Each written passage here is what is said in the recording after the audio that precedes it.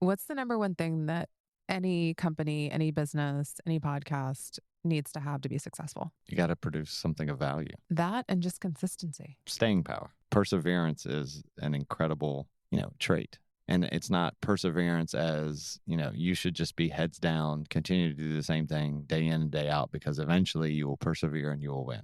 It's the ability to continue to try, right? And every day you're going to bring your best and you're going to try and you're going to learn new things, you're going to adapt and you're going to overcome, but you got to keep coming back every day. Welcome to Married to the Startup.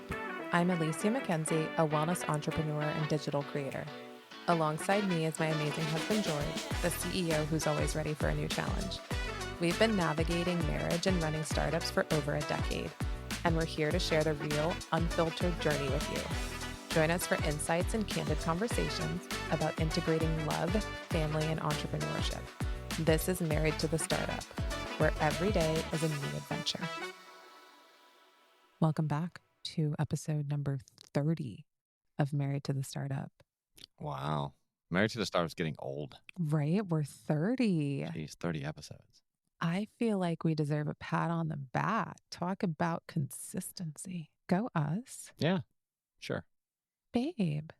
What? You and I have been able to coordinate and get our shit together for 30 episodes. 30 times, yeah. 30 times. Congrats to us. All right, so we are back for...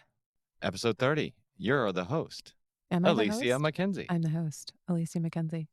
I don't sound like that. And I am the co-host, George McKenzie. Please. Radio DJ. Please stop. No? No. Damn it. It's not working. I have a face made for radio, they say that. I don't believe it. I mean, can we talk about the fact that somebody called you a young man? Who's that young kid that's in the field who's really encouraging to his players, and he's like really young looking, and he's kind of buff. And was that the grandparents? I don't know. I think that was somebody's grandparents. I don't know. Even if it was, like, he called you a young kid. That's kind of adorable. It's all in reference. If you're 90, then yeah, I'm a young kid. We should hang out with more young or old people. Then, yeah. right? Makes me feel young. But the first thing I want to do, it wasn't on the docket until today, but I feel like it's relevant because we are coming out of allergy season and we're getting ready to head into summer.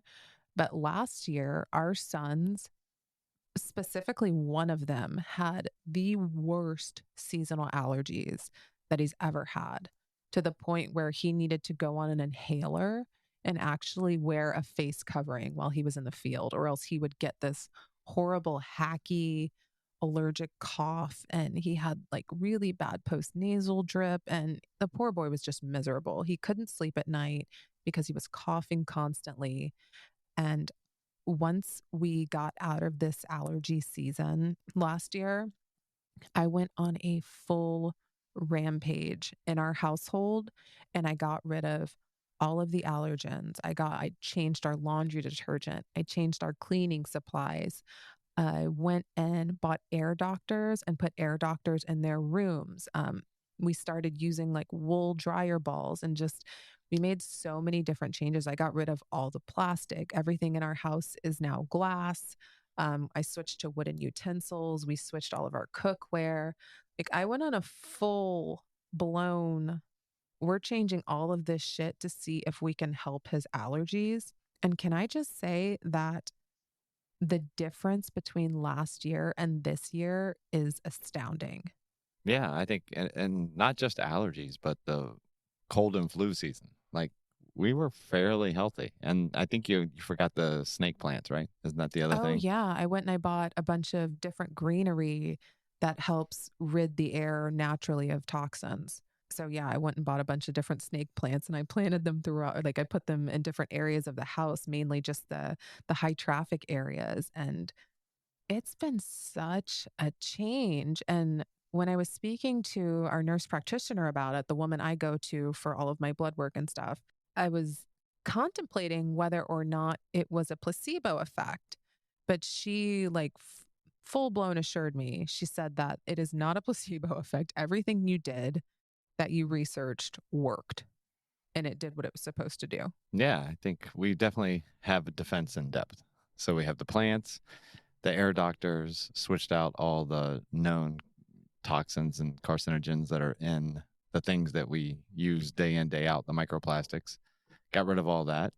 Also have the humidifier, dehumidifiers with the Dysons Mm-hmm. strategically placed in the house. Mm-hmm. I think, we took a lot of proactive measures. Yeah, we were very proactive. And I want to say that the kids maybe caught 2 colds this cold and flu season. Yeah, they weren't bad. They weren't bad, which is a huge improvement because one of our sons, he was always sick. Yeah, he was on, some sort of amoxicillin or something every month. Oh my gosh. And not only just the external things, like we also cleaned up what they were like showering with and what are they washing their hair with. So anything that is Brushing their teeth. Everybody Yeah. switched. The whole house switched. The whole house switched. And I did it slowly over a period of time because A, it just felt really wasteful to throw all this shit away.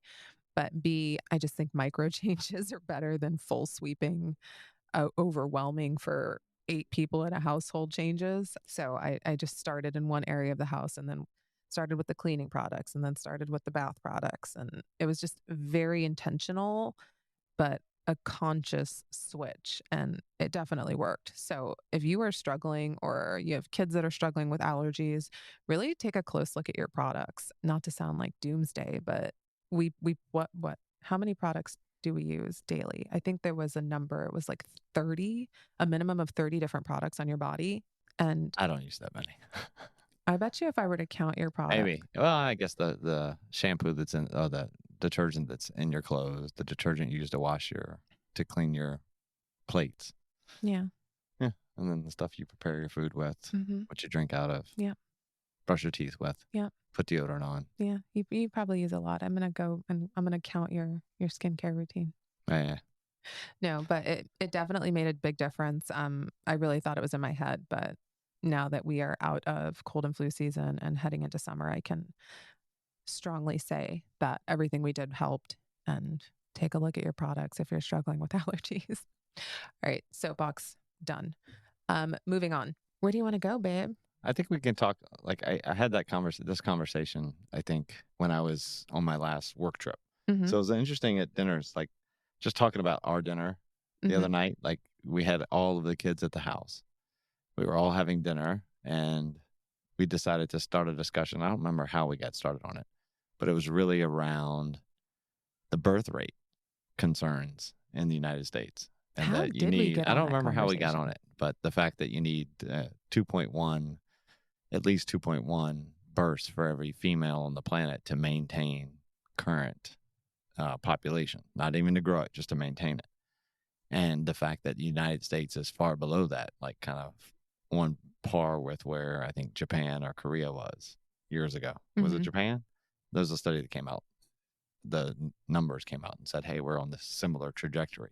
So you can kind of plot the future of the U.S. if you use this other country as a reference point. And it was just an interesting discussion because we have an 18-year-old, a 13-year-old, both women. And then we have the boys. The boys didn't participate much. It's a little over their head.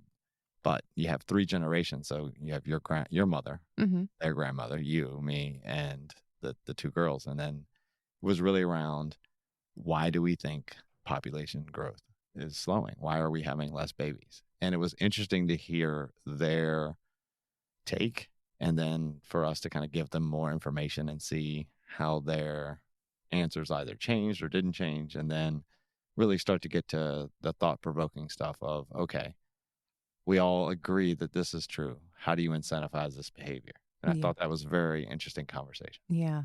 And the 18-year-old was very much in the camp of she's not comfortable with the current direction of the world on a whole to be confident in the fact that she wants to have children. So she's in the camp of, I don't think I'm having kids, versus the 13-year-old is, I'm not sure. I think I want to, but maybe I want 4 type kids. Yeah, I think it was, for me, what struck me the most was just her visceral reaction or immediate reaction was really, well, that makes sense because nobody wants to bring a child into this world. Yeah. That was her response. And then, you probe a little as to why. Well, because everything's terrible. It's a terrible, this is terrible, this is terrible. And you start to dig in that you can see how easily influenced young people are by social media, because that's all they're fed Yes. is the negative. They click one negative story, then they're fed negative, then their outlook, their view is negative,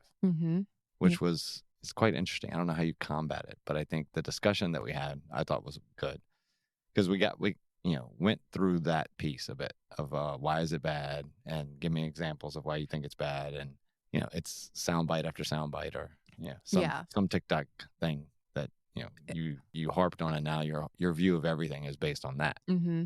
So we went through that discussion, and then we got on the topic of how do you raise more productive human beings. Mm-hmm. And then if you want a next generation to be more productive than you want to raise good human beings that want to further procreate and have, prolong the race of humanity. And if we all agree that a nuclear family produces the best children. So, statistics have proven that, the most educated children, the people that are the best equipped to deal with societal pressures, the most mentally equipped, and all those come from stable homes, Mm-hmm. stable environments, and nuclear families are a big proponent of that, and that people are generally healthier coming from that family dynamic. And a nuclear family is A father, one father, one mother, or and a family unit. And a family unit. So it could be a father and a father, a mother and a mother. It's a two-parent household. A two-parent household is probably the best way to say it. So you could be, divorced, but still having grown up in a household that has both of those parental units. Yes. Right. And, we all agreed, even the 18-year-old agrees, yeah, that's beneficial, right? We should have that. So then it's, okay, well, why are there so many American families that don't have that? Mm-hmm. And then why is that? Yeah. And then, kind of got down maybe a rabbit hole, but it was an interesting discussion of, we went from a kind of community we culture into a me culture, which is really, I want to have my needs met. I want me. I want to be happy. And marriage is not a me conversation. No. Right. It's a collective. And it was interesting to hear her perspective, and then even a 13-year-old's perspective on that. And then if you do agree on that, the fact that nuclear families are more beneficial for us as a human race, how do you promote that? How do you promote it, but also do it in a way that is not trad wife? Yeah. Right? Yeah. We got down that hole, because it's interesting, because there's a lot out there that's, you want to, I don't want to say reward, but you want to praise single mothers. You want to praise parents that are doing it on their own because they're still putting the work in and doing it. But at the same time, how do you want to also promote that, a nuclear family is more beneficial to the child? Mm-hmm. So how do you promote that? And then you look at television and, music, almost all of that does not promote that value system. So what's the value system that we have today, and how do you change it? I think it has to come from the inside out or the top down, right? It has to come from conversations like we're having around the dinner table. Right. But what if you're in a household that doesn't have two parental units? I know. I don't know how you change it, because you can't. It's really hard to change circumstances that you can't control. So let's say you and I are married. Something happens. I get into a horrible car accident and I die. We are no longer a two-parent household. Correct. So what would you do then, right? There are circumstances that are so beyond our control. Even though we know a nuclear household is the most beneficial situation for children growing up, we're not necessarily in control of it. So what do you do? Does it come down to the community? Is it going more to that village aspect, which I think we're in agreement that we have a great village and a great network and of support and of friends. And if anything were to happen to me or to you, I have no doubts in my mind that they would step up. They'd do a meal train. They would help with carpools. They would do this, that, and the other. But yeah, I think the community aspect is probably a great answer for that use case you just came up with. But I think the more predominant use case is people get pregnant out of marriage and the male splits. I think that's probably happens a lot. mm-hmm. And then there's the other where you just get divorced and never remarry, and you raise your children independently, which I mean isn't really could be viewed poorly, could be viewed in positive light. I mean, it's hard to judge that, but I think there's a lot of, people choose to be single parents. Yeah. So let's say I'm 45 years old. I can't physically have a child, so I go adopt. I'm not married, but I have a great support system. Is that enough to? I don't know. I wonder if there's data on that to show. I mean, obviously, I think I mean, we know it happens. I mean, I would say the child is probably better off in a single parent home than in foster care, Yes. right? Yeah. So that's probably, if you're looking at a hierarchy of expectations, And stability. right? That the expectations for greatness for that child would be higher being in a one parent home than being in a no parent home. Yeah. And then we got on that discussion. It's really interesting how you can have some of these philosophical discussions now with an 18-year-old of, well, in the past, religion was that big value system creation, and religion is, losing staying power. Yes. So that was the thing that really had a value system built in, that, hey, being husband and wife, the 10 Commandments, all these things were like really drilling in good behavior, or trying to good behavior, Good or morals. good moral compass and value systems. Not that religion, has to be your value system. Everyone should have a value system. So it was a great discussion there. And, so they said, okay, if the church or if a religion is not the predominant way in which you get your value system, or to incentivize a nuclear family, how else would you incentivize it? And is that through education system? Is that through government? Like, I don't know. It's just an interesting discussion to have. How do you incentivize human behavior? Model it. That's one. Yeah. Model it. I mean, I hate to use social media, but social media, Yeah. maybe more nuclear normal families should, I don't know. Yeah. What about, that just having more positive reinforcement of good family dynamics, like how we want to reward single mothers and praise single mothers, which I think we still should. Yeah. But why not also praise the nuclear family? Yeah. Where's my pat on the back, damn it? All the time. I give it to you.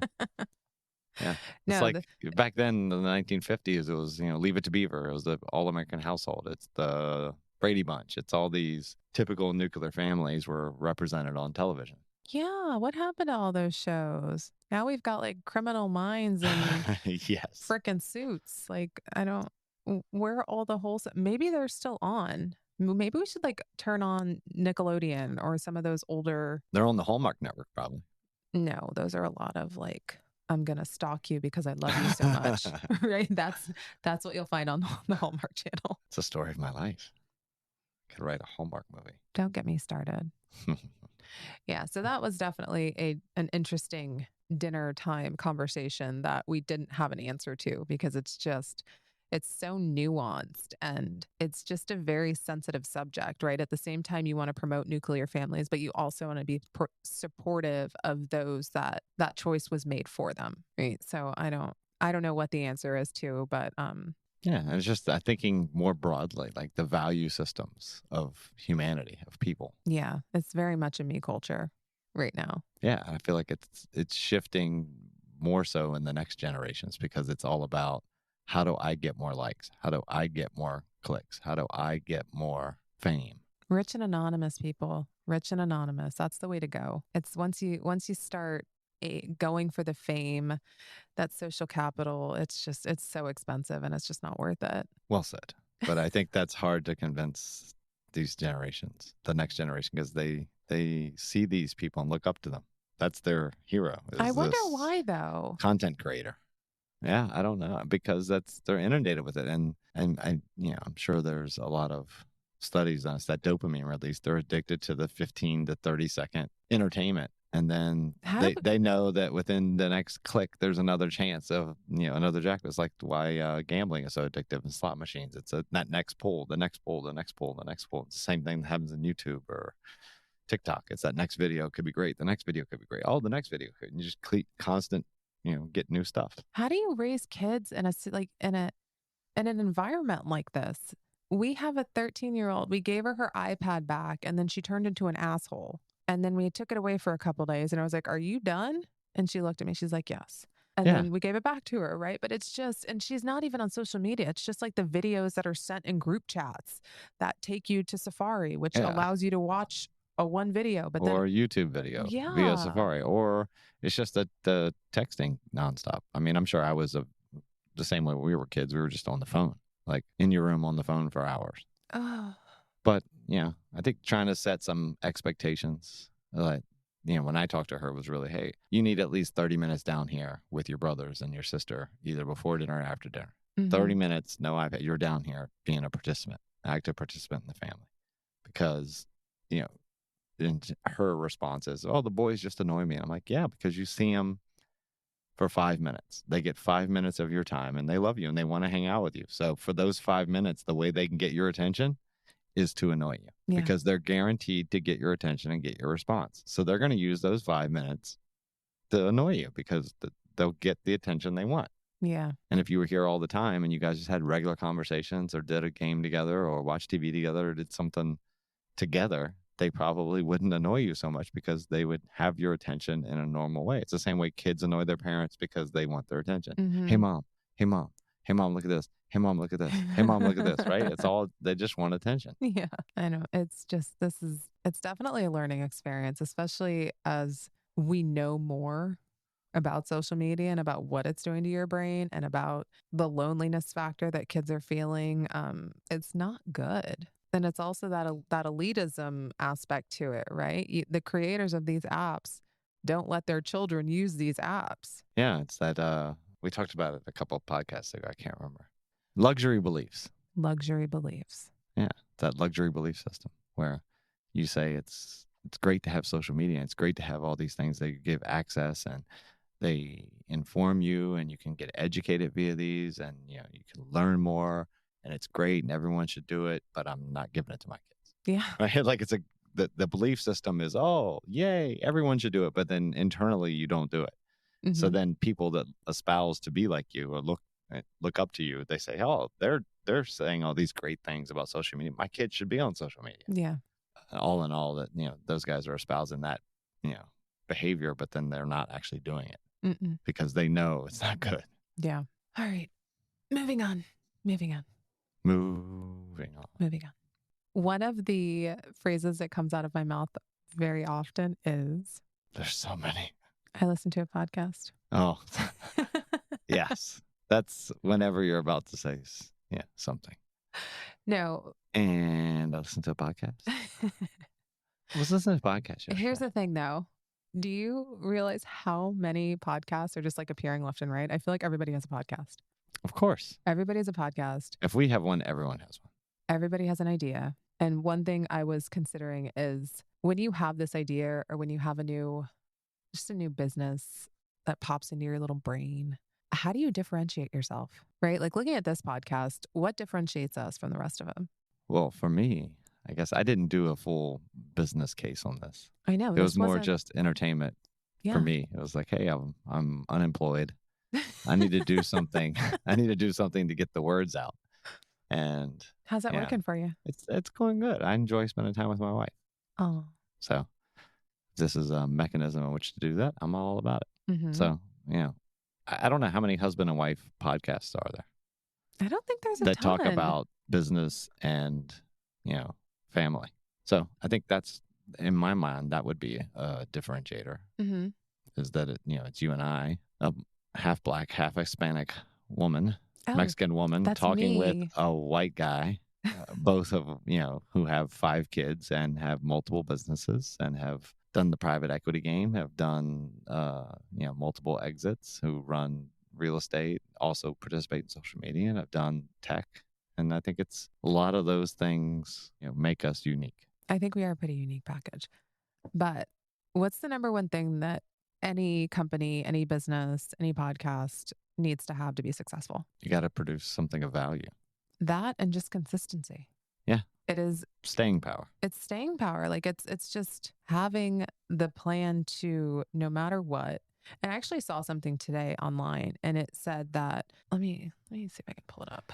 I mean, that's one of the things I even teach in the baseball to the boys is perseverance is an incredible, trait.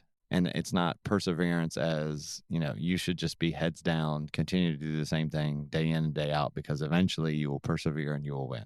It's the ability to continue to try, right? And every day you're going to bring your best and you're going to try and you're going to learn new things, you're going to adapt and you're going to overcome, but you got to keep coming back every day, because there'll be a lot of days that it doesn't go your way, that things don't work, right? And you got to just keep persevering, keep trying. It's the same with a podcast. If you came on and you go, yeah, I'm so excited about this podcast, I've got a niche, I've got a lot of things to say, I think, I got to get this into, I got to birth this thing into the internet. Like everyone's going to love this thing. And then you do 4 episodes, 5 episodes in a month and you're not getting traction. You go, oh, I need to pivot or I need to do something else. And not persevere like, hey, let me do the same podcast for 10 years and get 2 views. No, but you got to just keep coming back and doing it. But any of the major podcasts that you listen to, they all have the same story, right? They started within the first year. We're still trying to figure out how to do this thing. Year 2 got a little bit better, but then year three is when they finally started picking up real traction, right? And then by year 5, they were at like, I think maybe 5 million followers on YouTube, because it's a YouTube show / podcast. But this is something that I saw today, and it really resonated with me, because as a female and having hormones, your mood could be any which way depending on the week. Right? So this is from F you hormones. She says, fuck your mood, follow the plan, right? Fuck your mood, follow the plan. There's nothing wrong with feeling sad, angry, upset, frustrated, disappointed, scared, anxious, and stressed. Sounds like a Tuesday. Just don't allow those feelings to dictate your choices, your actions, and what you do with your life, right? And I think it's very easy to get into your head and just say, this isn't going right, this isn't going right, this isn't going right, and then try to change something versus... Or give up. Yeah. Right? Or give up. I think that's the one thing we struggle with, at least I do, with the kids, is making sure they understand that you're not always, but you're not always going to feel great. You're not always going to be happy about doing it. You're not always going to be excited to do it. You just got to keep doing it. Babe, that is going to put me in an early grave. It is going to put me in an early grave, because getting that across to these kids that you are not going to feel great, and that it's not always going to be easy, and you're going to be sore, and you might have a cold, or you might have a headache, or maybe your fucking period started. Great. Welcome. Or some coach doesn't like you. Some coach said something about you. It's not always going to be easy, but you can't just throw your hands up in the air and go take a nap. Yep. Or maybe you can go take a 30-minute nap, but then get up and keep going. Right. That messaging is just trying to say it in a way that is kind and parental is very, very fucking hard. Yes, it is. And that it's just... Maybe people are born with it. Maybe I'm so different than my parents and my sisters that maybe it is a born thing. It's nature, not nurture. But you look at some people and they're like, I am going to succeed. Yes. Because I'm going to succeed. It doesn't matter about external factors. I'm going to fucking figure it out. Like, it's a bad day. I'm having a bad day. Fuck it. I'm going to keep going. I got to get it, because I'm going to succeed no matter what. I don't care what he says or what she says or what they think. I'm going to do it. And then there's a lot of other ones, and unfortunately, I'm worried we're raising a few that go, I'm just not doing it because I can't do it because X, Y, or Z. So how did 2 people who are how we are? It's because they haven't had to struggle for anything. And that's the only reason, not the only reason. So one of the main reasons I love sports is because you can't wealth your way into it. Yeah. Like, you're either good or you're not. Yeah. And you got to work hard to be good at it. Even if you have the, most athleticism from nature, you still have to work.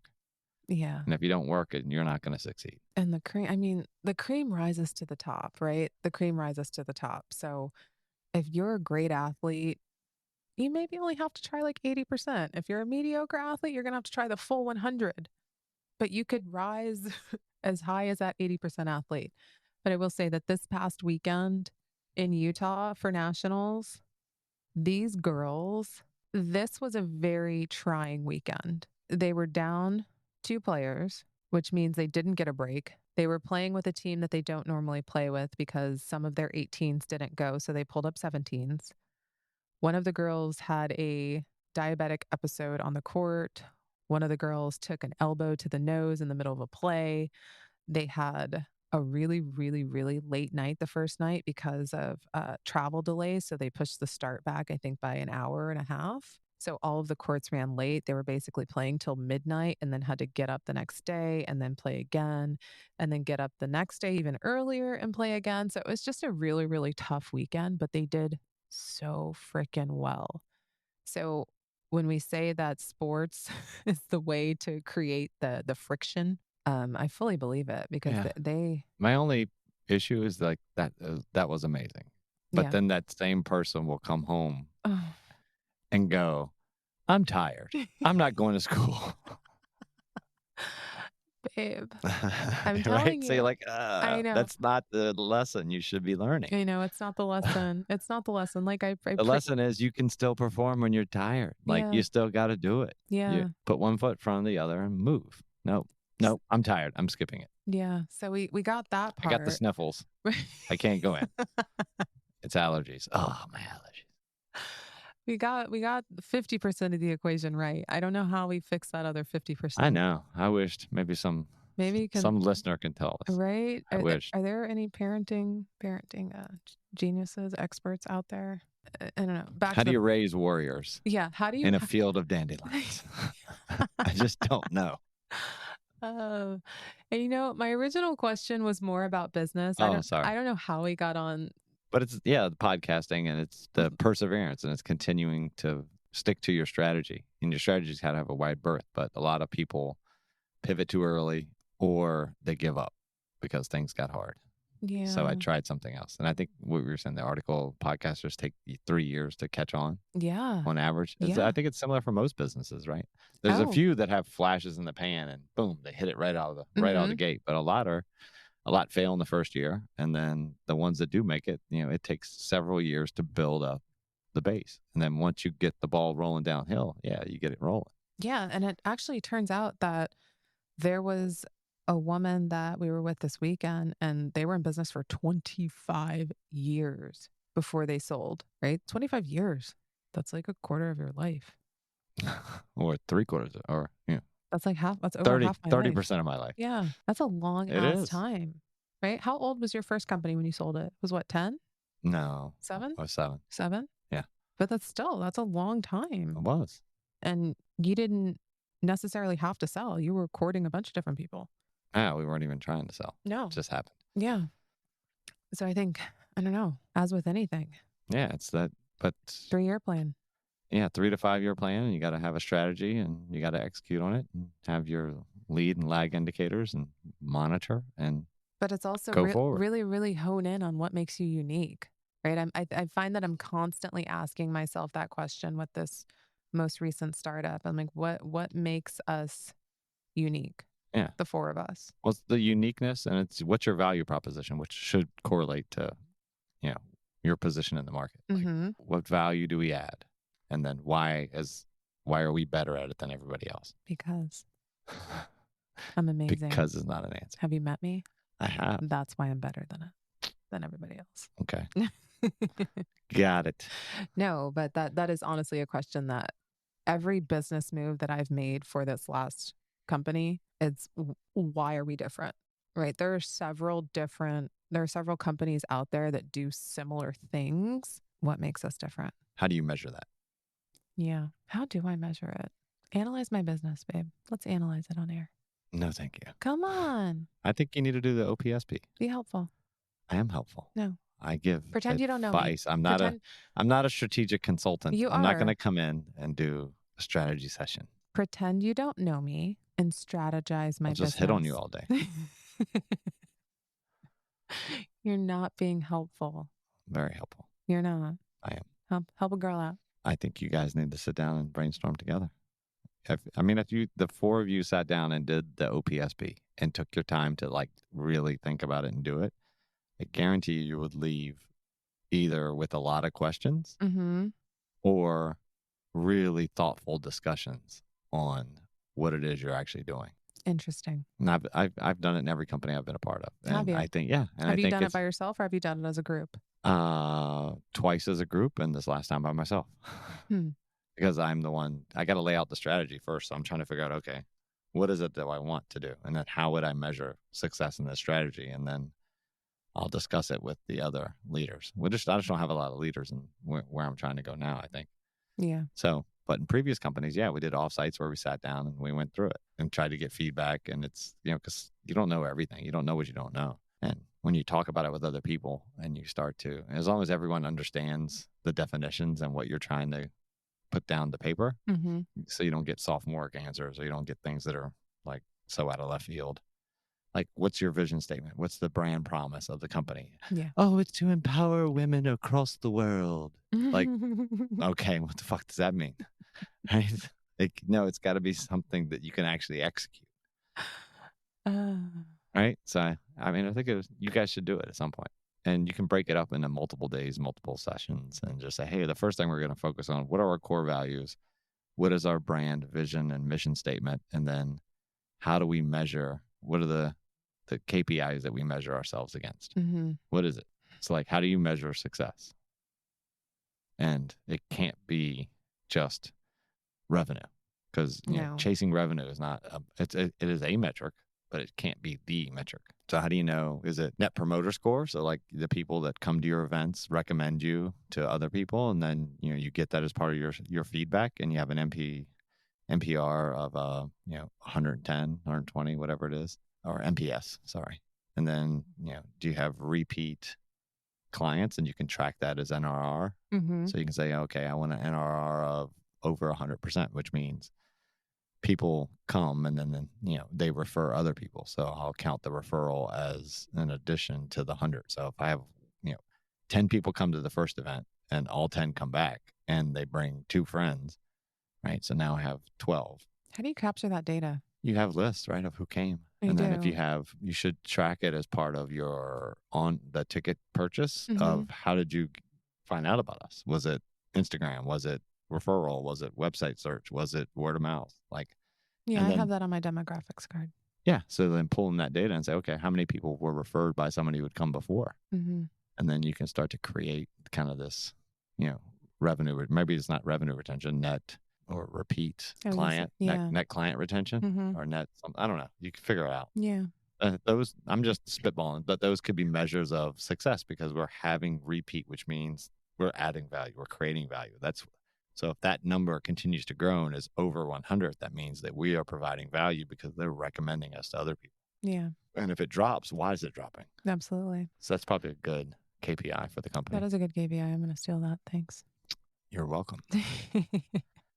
See, I knew if I just get you talking that you'd start spitting gold. Good job, baby. But I think, your core values. And then once you get those set, then, okay, how do I live my core values? And then what are my key initiatives over the next 3 years to get aligned to the strategy I want? 3 years, I want to be X. 5 years, I want to be Y. One of our biggest mistakes, though, what are you never supposed to do when you start a company? I don't know. Why don't you tell me? You tie yourself to the work. Yes, exactly. Yeah. Right? We can only grow as fast as we can. Yeah, you only have so many hours in the day. You got to have a business that can thrive without me. Scale. You have a business. You need a business that can scale. Correct. How do I scale this fucking thing? I don't know. Is it the brand? Is that what's important? Can you franchise the brand and market other market segments? That's actually a really good idea. And that is one thing. Skinny Confidential, Lauren Bostic. I am not quite a fan of her, but I am a fan of her business model and how she never wanted to tie her personal name to the brand. Right? So Skinny Confidential, that is the brand. right? And I think that is one thing with Lift Like a Mother that I've been very, very careful of doing. I don't ever want Lift Like a Mother and everything to be Alicia McKenzie. Like, I want it to stand on its own. And a lot of media and brand companies have been like, no, it needs to be Alicia McKenzie. No, it needs to be Alicia McKenzie. I don't want it to be about me. I want it to be about the wellness and about the content and about the media that it's putting out. Like, it's not just about me, because eventually I want it to roll into product and that kind of scale, but without my name tied to it. Yeah, that makes sense. And that is one thing that when she started her blog and everything, it was always, she wanted it to be Skinny Confidential, not Lauren Bostic. And I'm like, okay, seeing how she's grown and scaled that company, I'm like, okay, I'm not that far off by fighting back against it should be Alicia McKenzie. It's not. Okay, I think we've rambled enough for today. Yeah? Ramble, ramble, ramble. Any other nuggets of wisdom you have to offer? I don't think I've offered any yet. So whatever. I blacked out there for a minute. What did I say? Did I say something? Oh, ye humble one. All right, guys, we'll be back next week. All right, I'm out. Thank you for tuning in to Married to the Startup. We hope you enjoyed today's episode. If you did, please take a moment to like, rate, and subscribe to our podcast. Your support helps us reach more people and keeps the conversation going. If you have any questions or topics you'd like us to cover, drop me a message. I love hearing from you guys. Until next time. George, out.